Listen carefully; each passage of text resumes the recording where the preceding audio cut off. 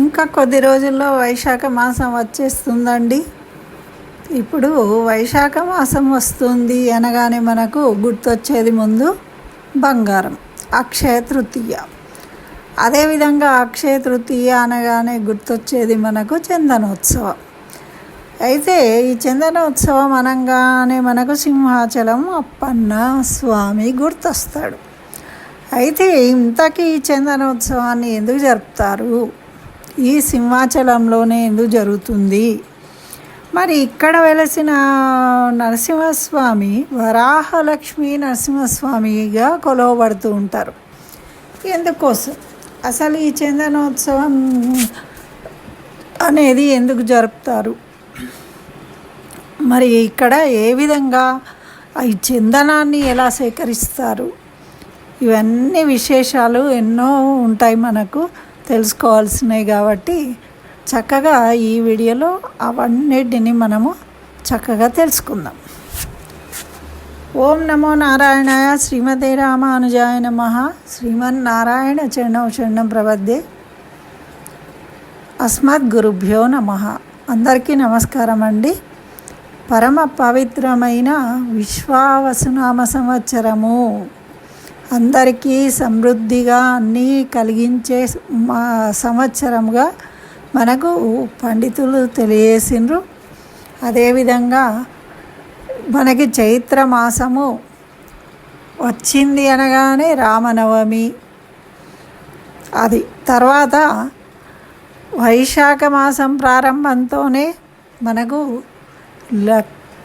లక్ష్మీ నరసింహస్వామిని కొలవడం ప్రారంభించుకుంటాం. అయితే మరి దీంట్లో ముఖ్యమైనది అక్షయ తృతీయ రోజు చందనోత్సవం అనేది చాలా విశేషంగా భక్తులు వెళ్తూ ఉంటారు, దర్శించుకోవాలని కోరుకుంటూ ఉంటారు.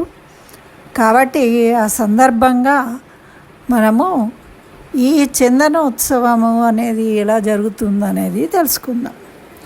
అయితే మనకు తెలుసు ఈ చందనోత్సవం అనేది సింహాచలంలో వరాహ నరసింహస్వామికి చందనోత్సవం అనేది జరుగుతూ ఉంటుందండి. అయితే దానికి ముందు రోజు విధియ రోజు మనకు నిజ రూప దర్శనం అనేది కలుగుతుంది. ఆ నరసింహస్వామి యొక్క నిజ రూప దర్శనం. తెల్లవారు నుండి మళ్ళీ ఎప్పుడు చందనాన్ని పూసుకుని ఉంటాడు ఆ నరసింహస్వామి. మరి అలా ఎందుకు పూసుకుని ఉంటాడు అనేది మనం తెలుసుకుందాం. అయితే ప్రహ్లాదుడు ఈ నరసింహస్వామి అవతారమే ఒక భక్తుడి కోసము. ఒక భక్తుడు రాక్షసుడుగా అవతరించి, అంటే ఒక శత్రువు కోరిక మేరకు ఒక భక్తుడి ని రక్షించడం కోసము అవతరించాడు ఆ నరసింహ అవతారం రూపంలో. అంటే కొంత భాగమేమో సింహరూపంగా, కొంత భాగమేమో నరుడుగా. నరసింహ అవతారం చాలా విశేషమైనది. కేవలము ఒక భక్తుడి కోసము, భక్తుడి యొక్క మాట నిజం చేయడం కోసము అవతరించిన అవతారం అండి. అంటే భగవంతుడు మనను ఎల్లవేళలా రక్షించడానికి సిద్ధంగా ఉంటాడు అని తెలియజేసిన అవతారము లక్ష్మీ నరసింహస్వామి అవతారం. అయితే ఇప్పుడు మనం ఎప్పుడు లక్ష్మీ నరసింహస్వామి అవతారం అంటాం. ఎందుకు అంటే లక్ష్మీ నిత్యానపాయిని. స్వామి ఏ రూపంలో ఉన్నా కూడా లక్ష్మీదేవి ఆ స్వామిని అంటి పెట్టుకునే ఉంటుంది. కాబట్టి మనం ఎప్పుడూ కూడా అయితే శ్రీ లేదు లక్ష్మి అనే నామాన్ని తప్పకుండా పలుకుతామన్నమాట. ఆ విధంగా మరి నరసింహస్వామిగా అవతరించి ప్రహ్లాదుడు ని రక్షించాడు, హిరణ్యకశపుణ్ణి సంహరించాడు. ఎప్పుడట అంటే హిరణ్యకశపుడు అతన్ని ప్రహ్లాదుని సముద్రంలోకి దోసి పైన పర్వతాన్ని నిలిపిండట. అప్పుడు ప్రహ్లాదుడు పర్వతం కింద ఉన్నాడు. సముద్ర గర్భం నుంచి త్రాహి త్రాహి నారాయణ అని ఆయన నారాయణ స్మరణనే కదా ఆ బాలుడు ఎప్పుడూ నిరంతరము స్మరించేది. అట్లా పిలువగానే వైకుంఠ నారాయణుడు పరుగు పరుగున వచ్చి పీతాంబరం జారిపోతూ ఉంటే ఆదుర్దాగా ముడి వేసుకోవడం కూడా మాని ఒక చేతితో పీతాంబరాన్ని పట్టుకొని అలాగే ఆ గరత్మంతుడు ఆ వేగానికి చెమటలు కక్కుకుంటూ ఉన్నాడట. అంటే గరత్మంతుడు కూడా ఆ వేగాన్ని తట్టుకోలేకపోయిండు. అంటే నారాయణుడు భక్తుల కోసము అంత వేగిరపడుతూ ఉంటాడు భక్తులను రక్షించడంలో అని మనకు తెలియజేస్తుంది భాగవతం. మరి భక్త పరిరక్షణలో ఆలస్యాన్ని సహించడట పరమాత్ముడు. ఎవరైనా సరే నారా అనేసరికి సిద్ధంగా ఉంటాడట. యణ అని ఎప్పుడు అంటారా అని మనము పలకడమే వెంటనే తను వచ్చి రక్షిస్తాడు. మరి అట్లా గరత్మంతునిపై నుండి ఒక్క ఉదుటున కిందికి దూకాడట. ఆయన అట్లా దూకినప్పుడు పాదాలు పాతాళం వరకు విస్తరించాయట. అప్పుడు ఆది వరాహ రూపంలో భూమండలాన్ని ఎత్తినట్టు సింహాచల పర్వతాన్ని ఎత్తి ప్రహ్లాదుణ్ణి రక్షించాడట. అది సింహాచలం యొక్క చలము అంటే పర్వతము. ఈ సింహాచల పర్వతం యొక్క గొప్పతనం ఏంటిది, మరి ఇక్కడే ఈ ఉత్సవం జరుగుతుంది, ఇంత ప్రఖ్యాతి ఎందుకు గాంచింది అనేదానికి ఈ కథను తెలియజేస్తారనమాట. ఆ సింహాచల పర్వతాన్ని సముద్రం నుంచి పైకెత్తి దాని కింద ఉన్న ప్రహ్లాదుణ్ణి రక్షించాడు ఆ శ్రీమన్నారాయణుడు. అందుచేత సింహాచల క్షేత్రం అనేది అంత పవిత్రమైనదిగా ప్రసిద్ధిగాంచింది, అంత పుణ్యక్షేత్రంగా అన్నమాట. అయితే దైవ సాక్షాత్కారం జరిగింది. ప్రహ్లాదుని రక్షించడం కోసమే దైవము అక్కడ రావడం జరిగింది. అయితే అట్లా ఆ నరసింహస్వామి రూపంలో వచ్చి హిరణ్యకశపుణ్ణి సంవరించి తర్వాత ప్రహ్లాదుడు ఒక కోరిక కోరాడట. ఏమని అంటే అచలాన్ని ఎత్తి పట్టుకున్నాడు. అంటే భూమిని ఎత్తి పట్టుకున్న వరాహ రూపుడుగా మరియు నరసింహ రూపుడుగా నువ్వు నాకు దర్శనం ఇవ్వాలని కోరాడట. అందుకని చెప్పేసి ఇక్కడ వరాహ నరసింహస్వామిగా అవతరించారన్నమాట శ్రీమన్నారాయణుడు. ఇక్కడ ఈ పెరుమాళ్ళు వరాహ రూపము నరసింహస్వామి రూపాన్ని కలిగి ఉంటారు, అది ప్రత్యేకత. అయితే ఈ నరసింహస్వామి కొంతకాలము తర్వాత యుగాలు గడిచిపోతూ ఉన్నాయి. కృతయుగంలో జరిగిన మాట ఇది. ఆ తర్వాత ఎంతో కాలము ఈ వరాహ నరసింహస్వామి పుట్టలో దాగి ఉన్నాడట. ఆ పుట్టలోనే ఎంతో కాలం ఉన్నప్పటికీ తర్వాత కాలంలో చంద్రవంశపు రాజులు పురూరవ చక్రవర్తి ఆయన ఊర్వశితోని కలిసి విహారయాత్ర చేస్తూ ఉన్నాడట ఆకాశంలో. చేసేటప్పుడు ఈ క్షేత్రానికి వచ్చాడట. ఈ క్షేత్రం పైనుండి వెళ్తూ ఉంటే ఆ రాత్రి ఆ చక్రవర్తికి ఆ విహారయాత్రలో వెళ్తూ ఈ ప్రదేశానికి చేరుకున్నప్పుడు ఆ స్వామి సాక్షాత్కరించారట కలలో. నేను ఇక్కడే ఉన్నాను, నన్ను ఆరాధించు అని సందేశం ఇచ్చారట. అప్పుడు ఆ పురూరవ చక్రవర్తి ఆ తెల్లవారి ఉదయము అక్కడికి వచ్చి సాయంకాలం వరకు స్వామి ఎక్కడ ఉన్నాడు అని వెతుకుతూ ఉన్నారట. కానీ స్వామి దర్శనం కాలేదు. వీరికి ఎంత వెతికినా కూడా తెలుసుకోలేకపోయారు. మరి ఆ రాత్రి మళ్ళీ నిద్రకు ఉపక్రమించినప్పుడు తిరిగి స్వప్నంలో స్వామి సాక్షాత్కరించి గంగాధార పడే చోట మాలతీలత కింద ఉన్న ఒక పుట్ట ఉంది, ఆ పుట్టను నువ్వు గుర్తుపట్టు అని ఒక విషయాన్ని తెలియజేసిండ్రట. అప్పుడు ఆ స్వామి తెలిపిన గుర్తులను అనుసరించి ఈ వైశాఖ శుద్ధ తృతీయ నాడు పురూరవ చక్రవర్తి ఆ ప్రదేశానికి వెళ్ళి అక్కడ ఉన్న పుట్టను చూసినప్పుడు అక్కడే స్వామి వీరికి దర్శనమిచ్చారన్నమాట. అయితే అక్కడ గంగాధార జలాలతోనే అభిషేకం అనేది జరిగింది. తర్వాత పంచామృతాభిషేకం కూడా చేసిండ్రు స్వామికి.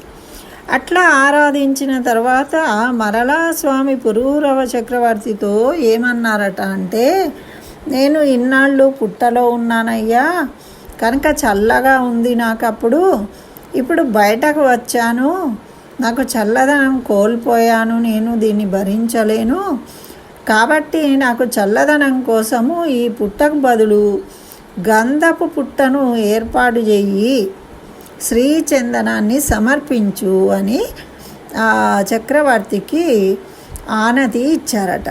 అప్పుడు పురూరవ చక్రవర్తి ఆ కాలం నుండి కూడా ఆ విధంగా చందనంతో కప్పబడి స్వామి దర్శనమిస్తూ ఉంటారన్నమాట.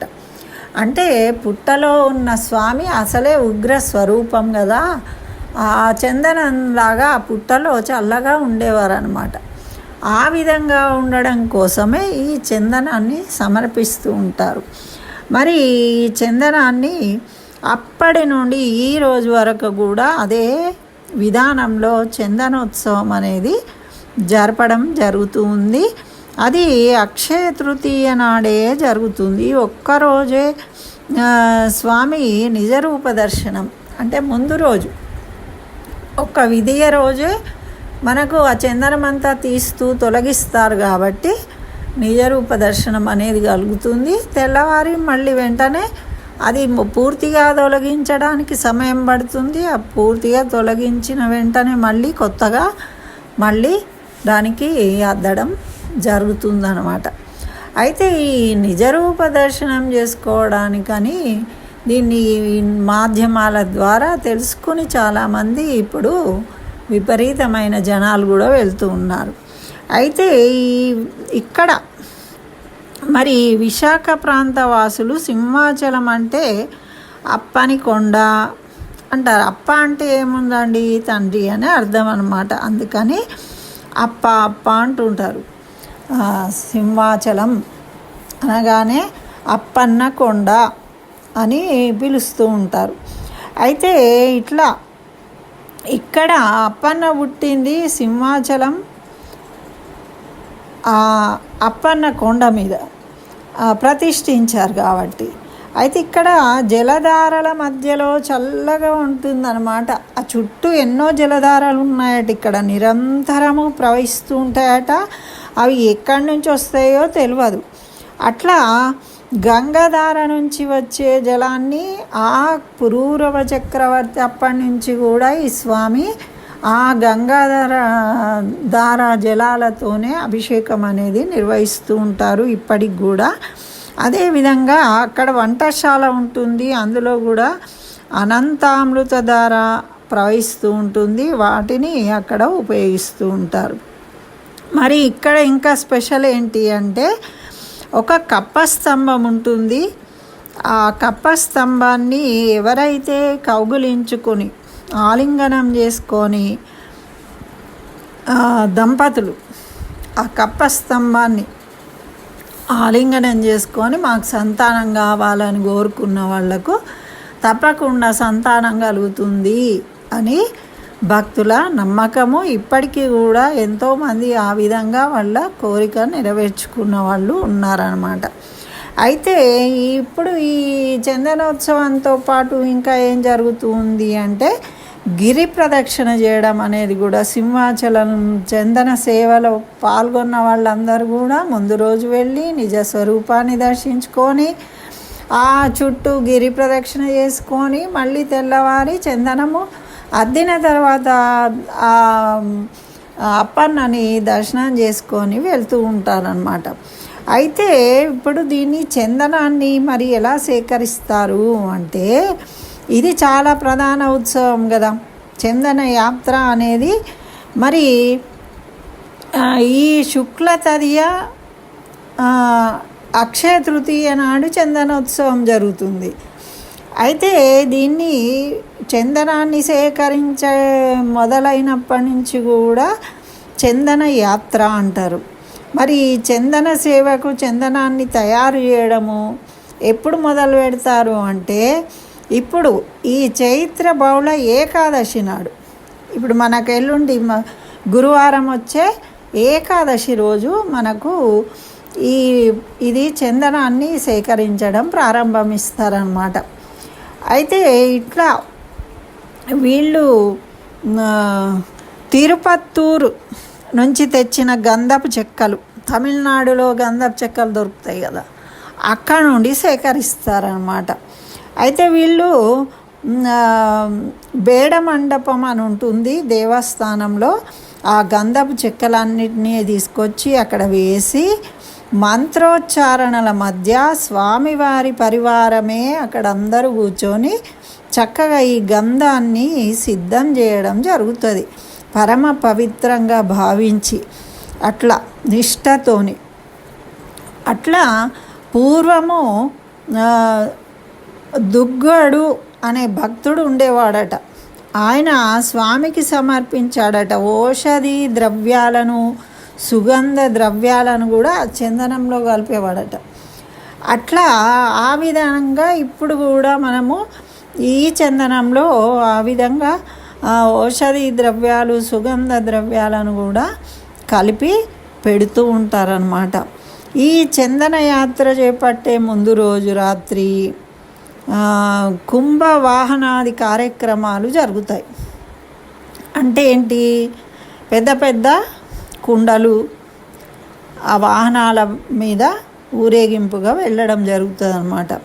ఇది వైశాఖ శుద్ధ తదియ నాడు సుప్రభాతంతో స్వామిని మేల్కొల్పడం వరకు జరుగుతుంది ఈ యాత్ర. ఆ తర్వాత చందనోత్తరడం కొనసాగుతుంది. అంటే ఈ విధియ రోజేమో చందనాన్ని తీయడం జరుగుతుంది, తృతీయ రోజేమో చందనాన్ని మళ్ళీ అద్దడం జరుగుతుందన్నమాట. చందనం ఒలుపు, దానికోసము బంగారు, వెండి బొరిగెలను ఉపయోగిస్తారు. చందనం గట్టిపడి ఉంటుంది, దాన్ని అంతా తీయడానికి బంగారం, వెండి వాటి వస్తువులను తీసుకొని దాన్ని అంతా తీస్తారన్నమాట. చందనాన్ని ముద్దలుగా ఉంచుతారు. ఛాతి పైన మాత్రము చలువ చందనాన్ని ముద్దలుగా ఉంచుతారు. తర్వాత శిరస్సున కూడా ఉంచుతారు. నిజ రూపంలోకి వచ్చిన వెంటనే స్వామికి మొదట ఒక ఛాతీ పైన, శిరస్సు మీద చందనాన్ని ఉంచి దర్శింపజేస్తారన్నమాట. తర్వాత అభిషేకము, ఆరాధన అన్నీ జరుగుతాయి. అప్పుడు ఆ చందనాన్ని కూడా తొలగిస్తారు. మొదటగా స్వామి నిజరూప దర్శనము వాళ్ళ వంశ ప్రకారము ఎవరికంటే ధర్మకర్తలకు కలుగజేస్తారు. తర్వాత మిగతా భక్తులందరికీ. తర్వాత జియర్ స్వాములు శ్రీహస్తాలతోని సహస్ర ఘటాభిషేకం, అంటే బిందెలతో నీళ్లు తెచ్చి జియర్ స్వాములు అభిషేకిస్తారనమాట. ఈ గంగాధార జలాలను 1000 కలశాలతో తెచ్చి సహస్ర కలశాభిషేకాన్ని నిర్వహిస్తారు వీళ్ళు. ఇట్లా తర్వాత పంచామృతాభిషేకం జరుగుతుంది. ఇవన్నీ కూడా భక్తులు విశేషంగా దర్శించుకొని చక్కగా ఆనందపడుతూ ఉంటారు. అయితే ఈ విధంగా చందనోత్సవం అనేది జరుగుతూ ఉంటుంది మనకు సింహాచలంలో. అయితే ఎంతో అపురూపమైన విషయం కాబట్టి ఈ మధ్యన ఇంకా తొక్కిసలాట ఎక్కువైతుంది. అయితే ఇలా చందనోత్సవం జరిగిన రోజే మనము ఆ స్వామిని దర్శించుకోవాలి అనే కోరికతో చాలామంది వెళ్ళడము మనకు ఎన్నో రకాలుగా వింటూ ఉన్నాము. భక్తులుగా వెళ్ళినప్పటికీ అక్కడ ఏం జరుగుతుందట అంటే, అక్కడ అవకాశము లేనంత మందికి టికెట్ల రూపంలో విఐపీలకు దర్శనాలు చేయించడం వల్ల ఎన్నో గంటలు గంటలు నిలబడి ఉండలేక, అది కొండ కదా, అక్కడ భక్తులు ఎక్కువసేపు నించుని ఉండడం వల్ల ఎన్నో ఇబ్బందులు కలుగుతున్నాయని మనం వింటూ ఉన్నాము. ఇక్కడే కాదండి, మనకు తిరుపతిలో కానీ వేరే పలు ప్రదేశాలలో ఈ రద్దీ ఎక్కువ కావడం వల్ల ఇలాంటివి జరుగుతున్నాయి. అయితే మంచిదే, అవకాశం ఉన్నంత వరకు మనం దర్శనం చేసుకోవడం మంచిదే, కానీ ఇలాంటి ఇబ్బందులు కలుగుతూ మనము అంటే ఇబ్బందులు పడుతూ భక్తి అనే భావాన్ని కలగకుండా మనము వేరే విధమైన విషయాల పట్ల ఆసక్తిగా, కొంతమంది ఎట్లా ఉంటుంది అంటే భక్తిలో దోసుకుంటూ వెళ్ళాలని, అక్కడ ఏవైనా ఇబ్బందులు ఏర్పడి మనకు ఏమైనా కష్టపడి కింద పడి ఏమైనా ఇబ్బందులు కలుగుతూ ఉంటాయి. ఆరోగ్య విషయాలు కూడా చూసుకోవాలి, చిన్నపిల్లలను చూసుకోవాలి, ఇవన్నీ కూడా ముఖ్యమేనండి. అయితే చందనోత్సవం నిజ స్వరూపాన్ని దర్శించుకోవడము చాలా పుణ్యప్రదమైందే.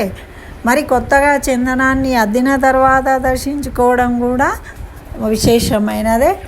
దర్శించుకోవడానికి వెళ్ళడం తప్పు కాదు, కానీ మనము అన్నిటికీ సిద్ధంగా ఉండి ఓపికతో దర్శించుకోవాలి. మనకు అవకాశం వచ్చే వరకు ఉండగలిగే పరిస్థితి ఉన్నప్పుడు మనం అక్కడికి వెళ్ళాలి. లేదు అంటే చక్కగా మన ఇంట్లో లక్ష్మీ నరసింహస్వామి పటానికి చక్కగా దాన్ని శుభ్రపరిచి దానికి కాస్త చందనాన్ని అద్ది మనము స్తోత్రాలు పఠిస్తూ చక్కగా నమస్కరించుకుంటే చాలా సంతోషము. మనం భక్తిగా మనం పూజించుకోవడం అనేది ముఖ్యము. తర్వాత ఎప్పుడైనా అవకాశాన్ని బట్టి మనం అక్కడికి వెళ్ళి దర్శించుకునే ప్రయత్నం చేద్దాం. అంటే ఎక్కడెక్కడో ఉన్న వాళ్ళందరూ కూడా అదే రోజు దర్శించుకుంటేనే మనకు పుణ్యం కలుగుతుంది అన్నది కూడా ఎక్కడ చెప్పలేదండి. కాకపోతే మనకు ఈ విశేషమైన రోజులలో దర్శించుకోవాలని కోరిక చాలామందికి ఉంటుంది కాబట్టి విజ్ఞప్తి చేస్తూ ఉన్నాను. ఈ విషయంగా కాస్త శ్రద్ధగా ఓపిక ఉన్నవాళ్ళు మాత్రమే వెళ్ళాలి.